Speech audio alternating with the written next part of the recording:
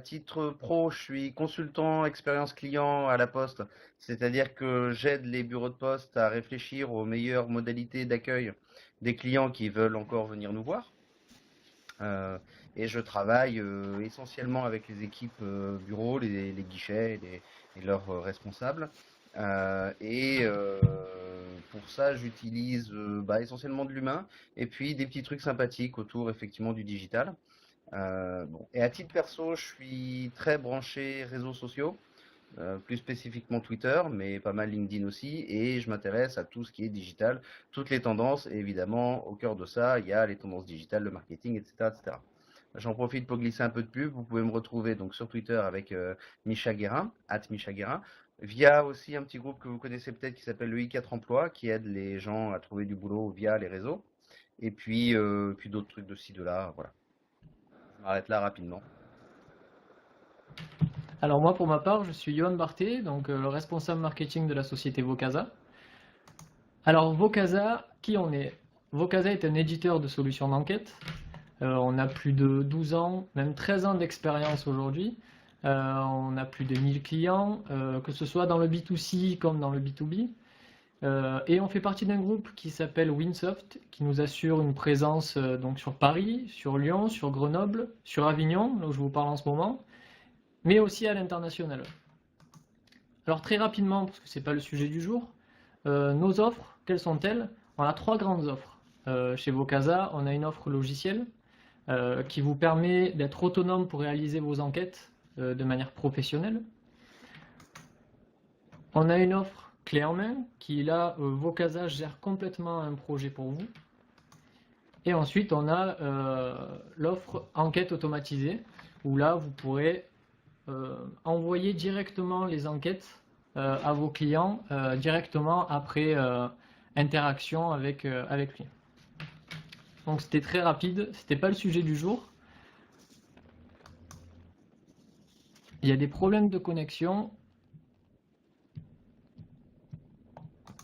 à suivre. Alors, le sommaire du jour, on va parler marketing mobile, on va parler live streaming vidéo, on va parler click to chat chatbot, on va parler click and collect et optimisation du cross-device. Alors, est-ce que ces tendances vous parlent? Est-ce que vous en utilisez certaines? Est-ce qu'au contraire, il n'y en a aucune qui vous parle?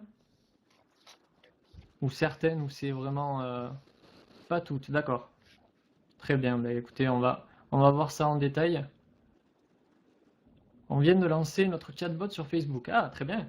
Bah, vous pourrez, n'hésitez pas à partager votre expérience au fil de la présentation. Alors, comme je vous le disais, on n'a pas pu traiter toutes les tendances. On n'a que 30 minutes. Donc on va essayer de vous en dire le plus possible sur vraiment ces tendances-là. Alors le marketing mobile.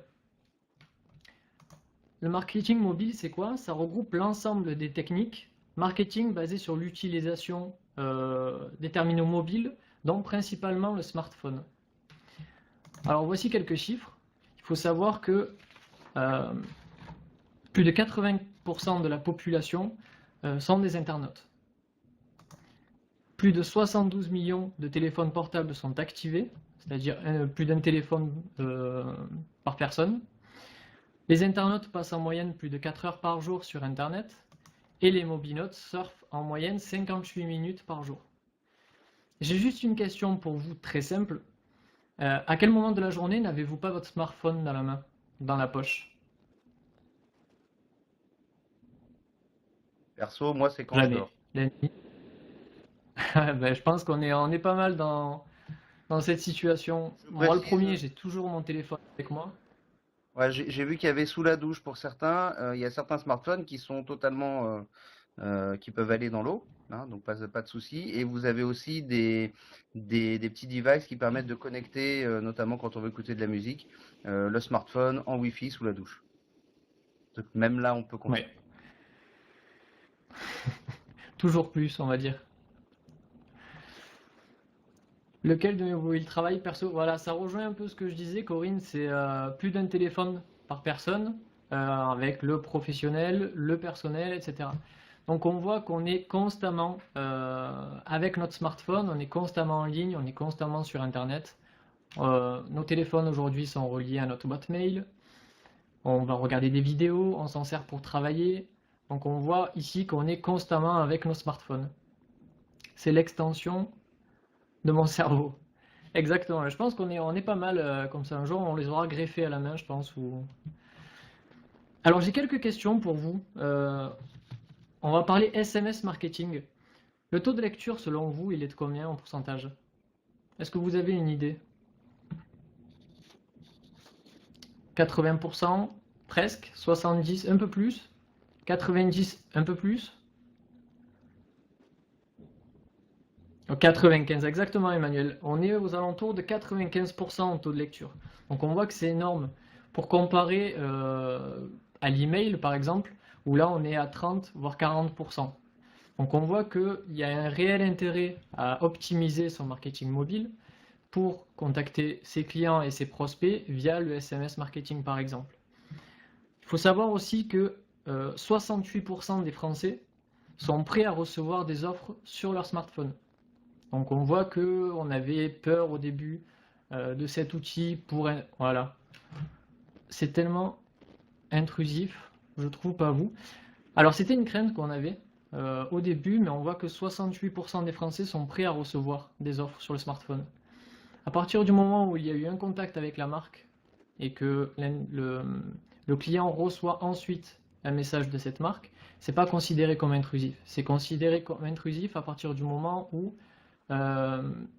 le client n'a pas fait le premier pas en avant vers la marque. Là, c'est considéré comme intrusif.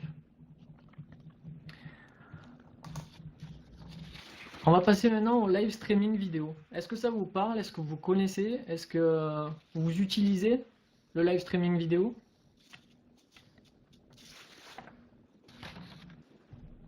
Serge Aurier l'utilise, ouais. Je sais pas si c'est à bon escient, mais en tout cas, il l'utilise, ouais, très juste. Alors le live streaming vidéo, c'est quoi? Ça désigne la diffusion en temps réel d'une vidéo. La diffusion de la vidéo est faite simultanément à sa captation. C'est un outil particulièrement adapté pour les événements. Hop, je vais vous mettre ça ici. Donc on voit ici du mannequinat, etc.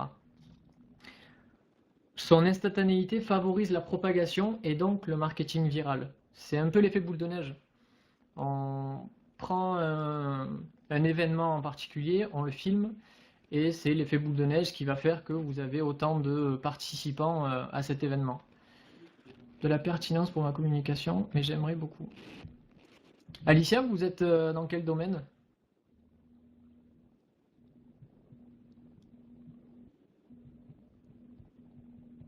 Location de mobilier. Alors oui, ça peut être utilisé dans votre cas, bien sûr. Après, il faudrait en savoir un peu plus, mais comme je vous disais, on est sur des tendances qui peuvent être aussi bien utilisées en B2B qu'en B2C. En B2B, ça peut être utilisé par des professionnels, dans un salon professionnel. Voilà, dans peu de temps, en avril, il va y avoir le salon stratégie sur Paris. Ça peut être filmer, faire du live streaming sur le stand avec les participants lors d'une conférence, etc. Ça peut être en direction du B2C aussi. Il y a l'exemple d'une chaîne de fast-food qui organise des live streaming pour annoncer les prochaines villes où seront créés les restaurants. Une autre chaîne encore de fast-food qui annonce les gagnants des jeux concours en live streaming sur Facebook. C'est un grand axe de développement des réseaux sociaux. Facebook qui a lancé ça, Twitter avec Periscope. Et Twitter, je ne sais pas si vous êtes sur Twitter, mais de plus en plus, il y a des épreuves sportives. Par exemple, le tournoi des 6 nations est diffusé en live stream. Et pour être allé chez Twitter France il n'y a pas très très longtemps, Damien Viel, le patron, nous a dit que c'était vraiment un grand axe de développement auprès des toutes petites structures comme des grandes structures. Si vous vous souvenez, le live stream a vraiment décollé avec le gars qui filmait Nuit debout, qui est un journaliste qui a fait 5 heures de direct en live. Bon. Et ça a fait comprendre aux gens qu'effectivement on peut le faire de partout, à partir du moment où on a un événement et qu'on est connecté avec les gens, donc avec une émotion. Et c'est ça l'intéressant. Si événement public, pas de droit d'image, ça dépend. Ça dépend comment c'est. Par exemple, l'accord entre France Télévisions et le tournoi Destination et Twitter permet de lancer les éléments et de pouvoir effectivement ne pas avoir le droit d'image. Mais si on est sur des trucs de mode et selon les personnes qu'on va avoir, ça va être un petit peu limite. Bon, il doit y avoir des accords. Pour la bonne batterie, oui, il avait une super bonne batterie, il en a même eu plusieurs. Alors, comme on vous le disait, c'est un outil qu'il faut manier de manière intelligente. J'ai tout à l'heure quelqu'un qui a parlé de l'affaire Aurier. C'est un des risques de cet outil. En France, Periscope a fait parler de lui avec cette affaire, que vous voyez ici sur votre gauche. Pour ceux qui ne connaissent pas, c'est un joueur de foot du PSG qui a insulté ses coéquipiers, son entraîneur, le staff, etc. via le live streaming, via Periscope. Il y a aussi une autre affaire. L'Élysée a dû interrompre la retransmission d'un déplacement du président parce qu'il y avait une pluie de commentaires injurieux et moqueurs sur le président de la République. Donc on voit que c'est un très bel outil qui permet de favoriser le marketing viral. Mais attention, c'est un outil sans filtre, donc très risqué, et il faut savoir maîtriser son auditoire. Ouais, parce que l'intérêt d'un live stream et même du reste, parce que tu vas arriver au chatbot et tout ça, l'intérêt c'est, je le disais, on est sur de l'émotion. Et l'émotion, elle peut être positive comme négative. Après, on peut gérer le bad buzz. On peut si on est prêt. Bon, après, voilà, visiblement pour l'équipe de Hollande, ils n'étaient pas du tout prêts. Oui, on peut faire une modération. Parce que derrière, il suffit de relire. J'avais vu un gars au CES à Las Vegas qui justement avait des trucs, des démos, il discutait en direct live avec les gens. Donc on peut modérer, mais c'est en direct. Donc effectivement, on peut pas virer comme ça des gens. On peut pas enfin, c'est de la discussion. Donc après, derrière, retrancher derrière son clavier et son écran, bah, il y en a qui peuvent y aller sévère. Donc bon, là, le périscope d'Aurier ou de Hollande, c'est sur des visions assez particulières. Aurier avait sans doute pas compris qu'il s'adressait à beaucoup de monde. Du côté des politiques, ils n'avaient pas compris qu'il pouvait y avoir éventuellement des opposants qui venaient ou des trolls. Maintenant, si vous êtes dans une communication de marque, d'entreprise, etc., à moins que vous ayez fait un bad buzz, genre Yves Saint Laurent qui a fait des photos assez dénigrantes de la femme, vous risquez d'avoir des choses. Mais si vous n'avez pas fait de bad buzz, si vous êtes juste dans une présentation de produit, peut-être que vous aurez quelques trolls qui vont dire bon voilà, votre produit c'est pas tip top. Mais bon, globalement, vous allez avoir des gens qui seront intéressés. On est dans de l'émotion, enfin de l'émotionnel plus. Oui, mais les trolls, ils adorent tous les outils. Oui, Mais face à un troll, qu'un seul truc, don't feed the troll. Ne nourrissez pas le troll. Ignorez.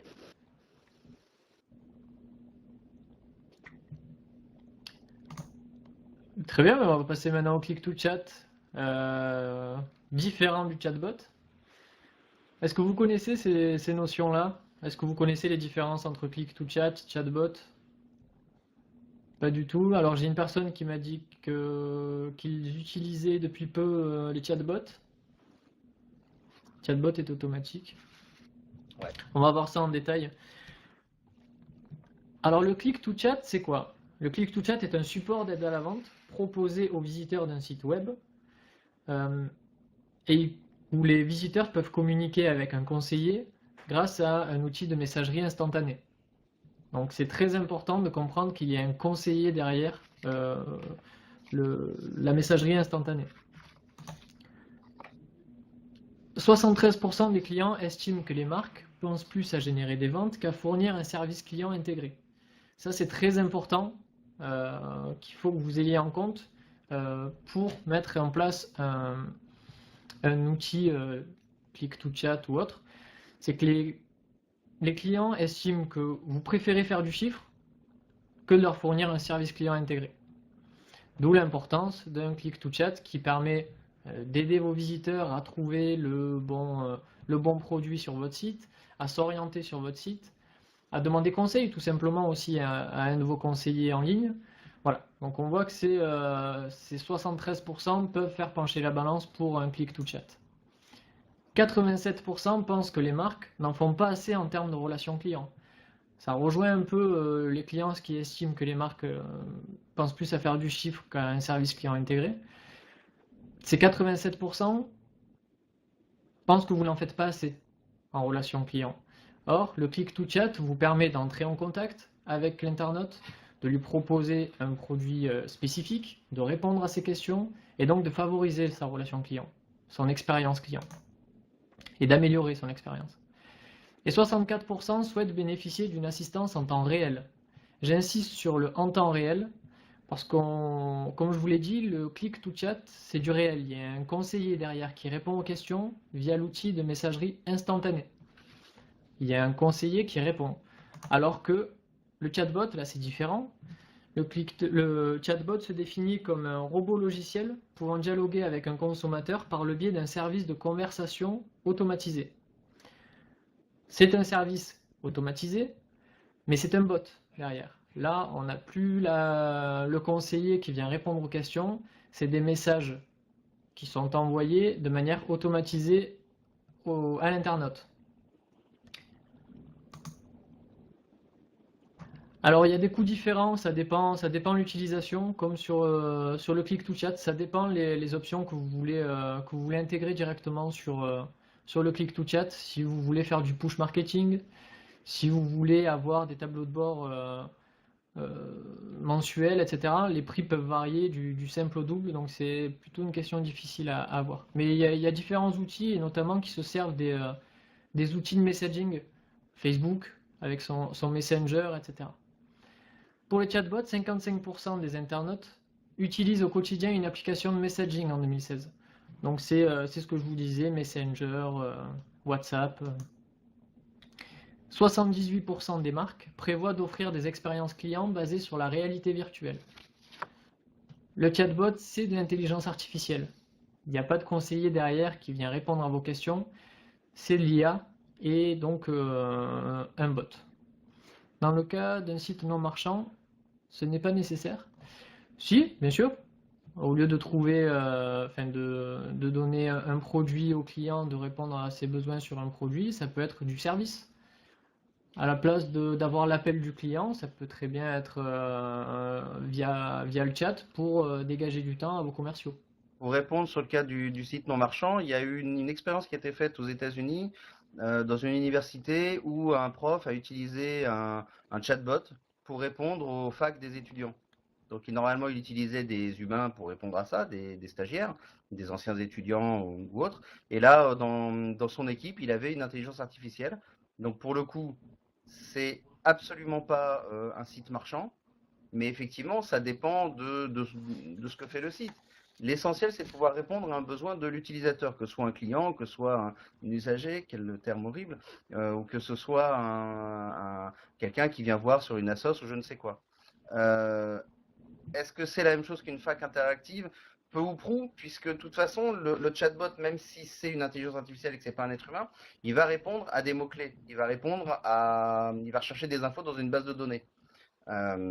Donc effectivement, vous avez, j'allais dire, on parétoise un peu les choses. On fait une analyse des facs ou des questions les plus fréquemment posées, et donc l'IA va chercher l'information.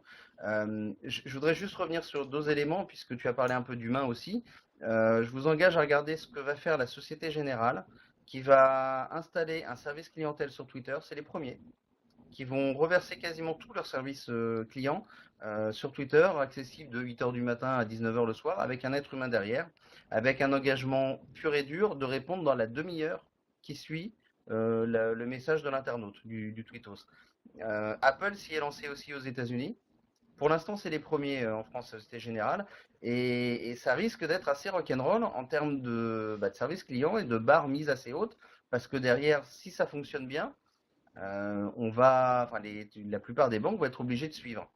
Et l'avantage d'un média comme Twitter ou WhatsApp ou Messenger, tout ça, c'est bien cette instantanéité. Alors une demi-heure, est-ce que c'est instantané? Relativement, puisqu'aujourd'hui quand vous avez un souci, je sais de quoi je parle vu ma boîte, quand on appelle, on n'a pas forcément la réponse dans la demi-heure qui suit. Voilà. Nike aussi avait fait ça, de délocaliser service client sur Twitter. Que faut-il privilégier? Chat, click to chat ou chatbot? Alors ça dépend ce que vous cherchez, ça dépend aussi les moyens que vous voulez mettre en interne. Comme je vous l'ai dit, sur un click to chat, bon, vous pouvez rentrer des heures, des dates euh, quand vous voulez que le click to chat apparaisse. Il n'apparaît pas forcément, vous pouvez lancer le click to chat qu'à partir de midi jusqu'à 19h. Et par contre, il faut qu'il y ait une personne derrière qui puisse répondre aux questions. Et ça, c'est pas toujours évident pour une PME, une TPE, etc. Pour du service client, car ils cherchent à régler très rapidement nos problèmes. Exactement, Aurélie. Il y a Nike aussi qui a essayé de faire ça. Il y a d'autres sociétés qui ont essayé.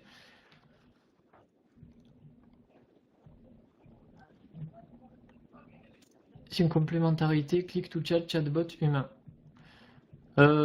Complémentarité, c'est-à-dire Créteil. Alors on va essayer d'avancer un petit peu. Hop, 80% d'entreprises, dont 79% en France, prévoient d'utiliser des chatbots. Donc on voit que c'est entré dans les mœurs et les entreprises commencent à se poser la question de savoir click to chat, chatbot, laquelle on va pouvoir utiliser et lequel est le plus approprié à nos besoins. Est-ce que vous connaissez le click and collect? On va passer au click and collect maintenant. Est-ce que ça vous parle? Oui, ben, ça fait un petit moment qu'on l'utilise, mais ça va réellement être la tendance de 2017. Et tous les grands commencent à s'y mettre. Je réserve en ligne, je vais chercher un magasin. Exactement, exactement, c'est exactement ça. Alors le click and collect, je vous donne la définition, c'est le mode d'achat par lequel un consommateur commande son produit et ensuite va le chercher en magasin. Alors je m'explique. Vous êtes un consommateur, vous achetez un produit en mode nomade sur votre smartphone de chez vous et vous allez le récupérer en magasin 1, 2 heures après, ça dépend. Il est déjà acheté, c'est pas une précommande, vous l'achetez en ligne et vous allez le récupérer en magasin. Vous n'avez pas les frais de port, vous n'avez pas l'attente. Généralement, sur de l'envoi, on reçoit le colis 2, 3 jours.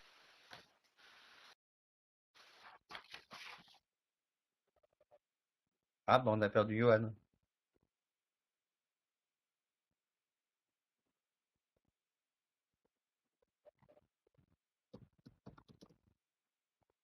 Ah, c'est amusant. Ouais, c'est ce qu'on appelle aussi le figital. Oui, ça permet de dynamiser l'acte d'achat et de faire revenir. J'espère qu'il n'est pas parti collecter son paquet, effectivement.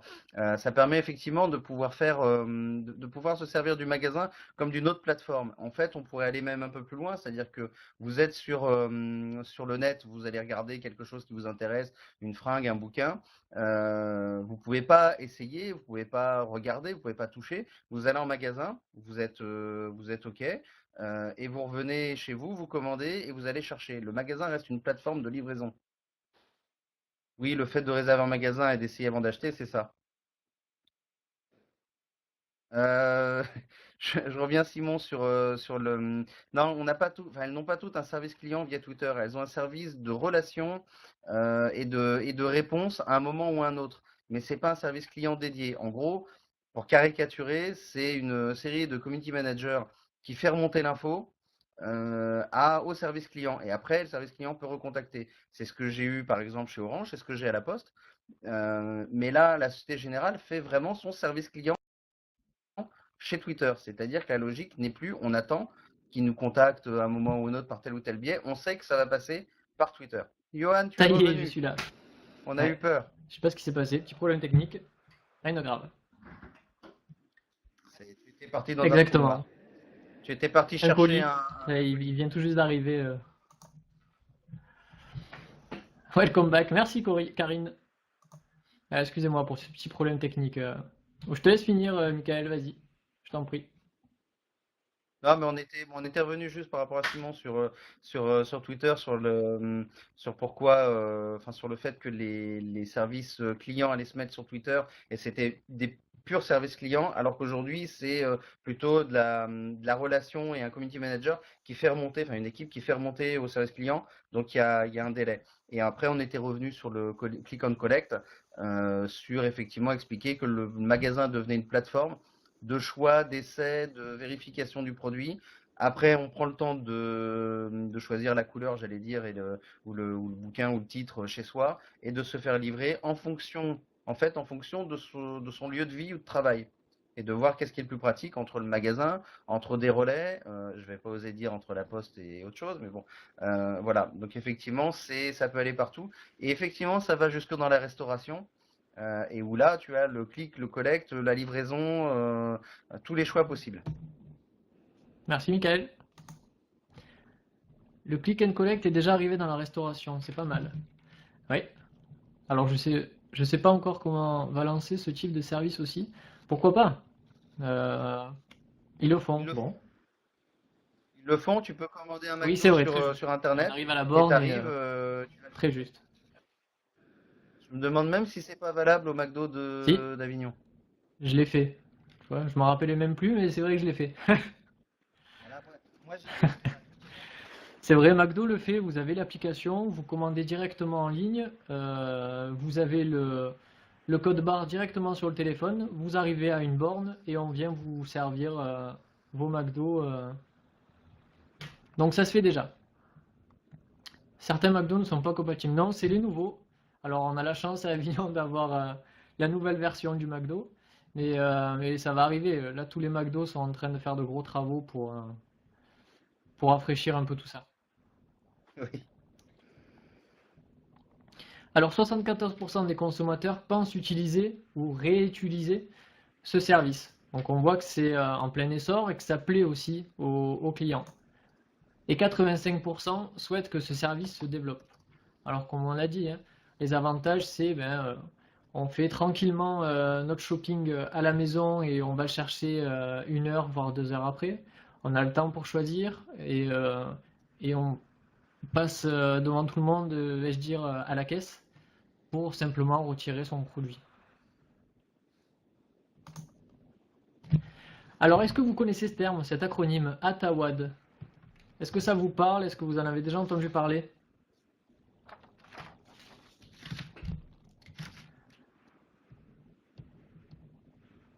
Non, non, la majorité de non. C'est une insulte d'Avignon, ça? Anytime, anywhere, any device. Ah, ta Super, voix. Claire, ben, vous avez tout dit.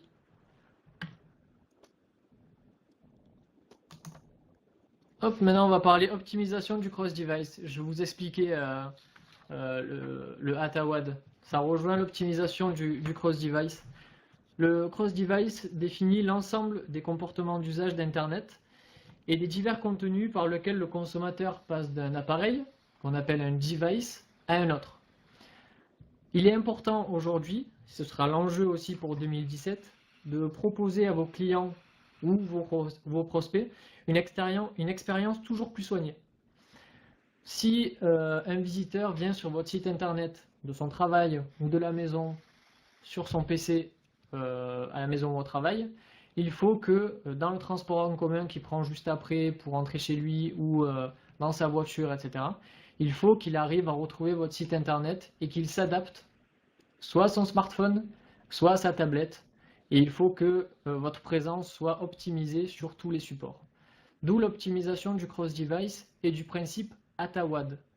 ATAWAD, c'est anytime, donc n'importe quand, anywhere, n'importe où, et any device sur n'importe quel support. Donc il faut vraiment que vous ayez une stratégie ATAWAD. Il faut que l'internaute puisse vous retrouver n'importe où, n'importe quand et sur n'importe quel support. D'où le développement, bien sûr, c'est exactement ça, Aurélie, des sites en responsive design. Le responsive design se définit par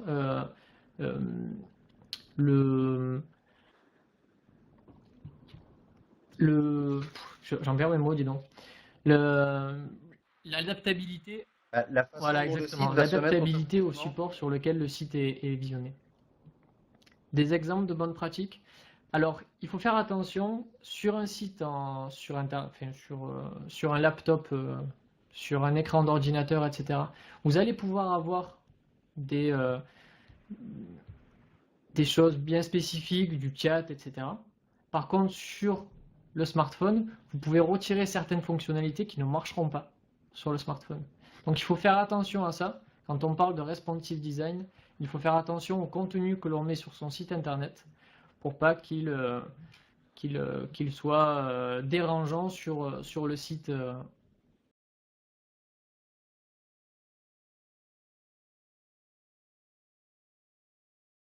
Dérangeant sur le site sur smartphone. En fait, oui, comme c'est écrit là, les supports ne permettent pas forcément d'avoir les mêmes infos. Donc, il faut serier les infos, il faut choisir, garder celles qui sont les plus pertinentes, à la fois en termes d'infos et en termes de design de l'info. Que effectivement l'expérience sur un des premiers écrans d'iPhone ou sur le dernier Galaxy S7 soit la même. Je ne sais pas si ça crée une frustration.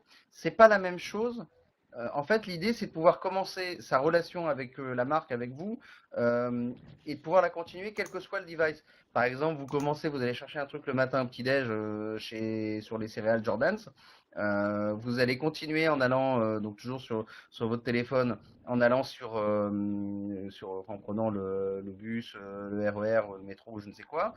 Vous arrivez au bureau, vous pouvez retrouver l'info sur votre grand micro du bureau. Entre midi et deux, vous avez un petit coup avec la tablette, vous rentrez chez vous. L'idée, c'est de retrouver les infos et de ne pas être perdu. Si vous avez laissé une info sur un des devices, vous pouvez la retrouver sur l'autre. Donc, avec le problème, c'est qu'à un moment, le tracking, enfin le suivi de vos données, il va être sur tous les supports. Je vous encourage à aller regarder sur Google Analytics d'où viennent, d'où vient votre trafic.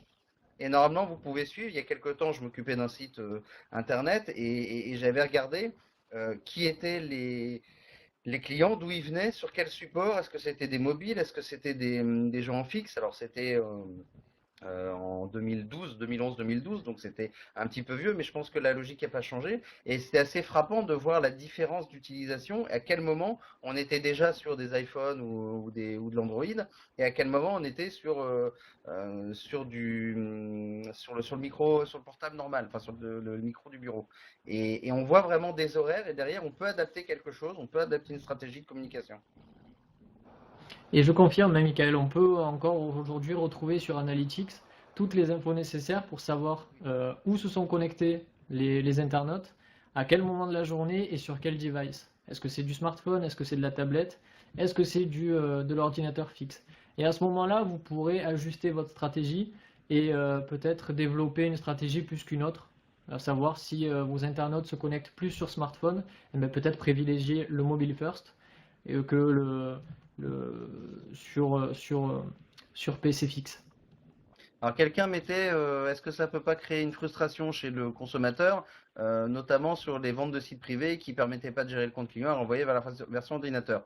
Oui, si on fait ça, ça risque de créer une frustration, puisque que ce soit dans un magasin en physique ou que ce soit sur le net, ce qu'on veut, c'est pouvoir avoir une expérience fluide.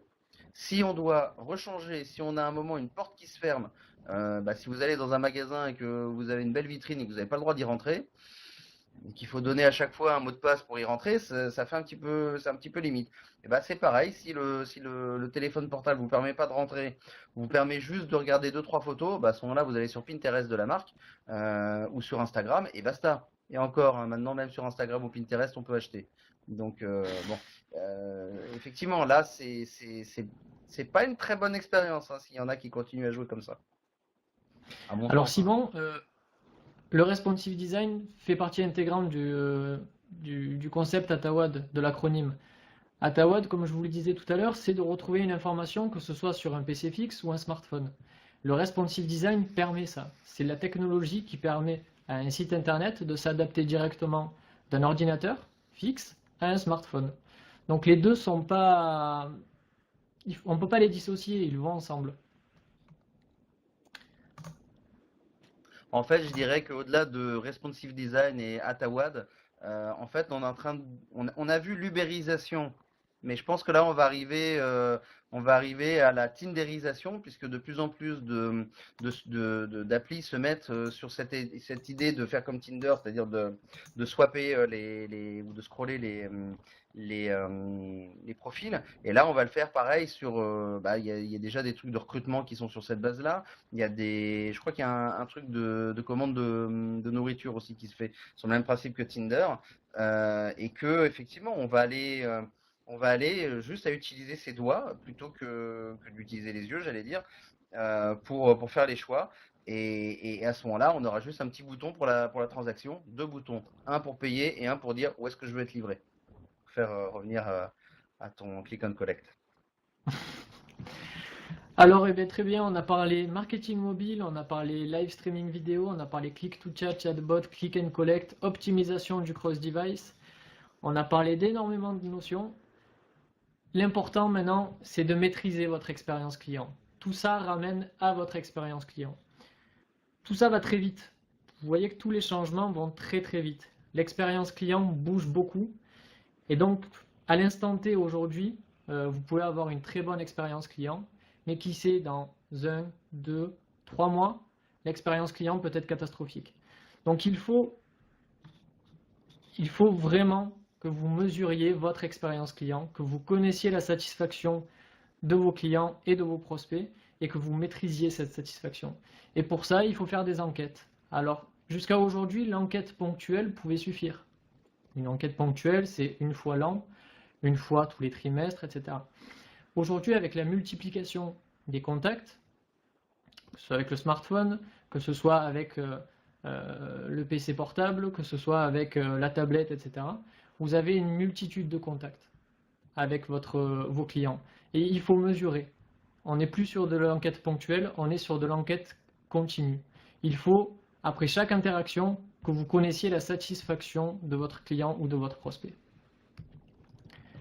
Les données comportementales, entre autres. Exactement. Et c'est ce que permet aussi Analytics, c'est savoir où les clients ont cliqué, quelles pages ont été le plus visitées, à partir de quel temps le taux de rebond s'est fait, quel est votre taux de rebond, quel est le temps de votre connexion sur certaines pages, etc.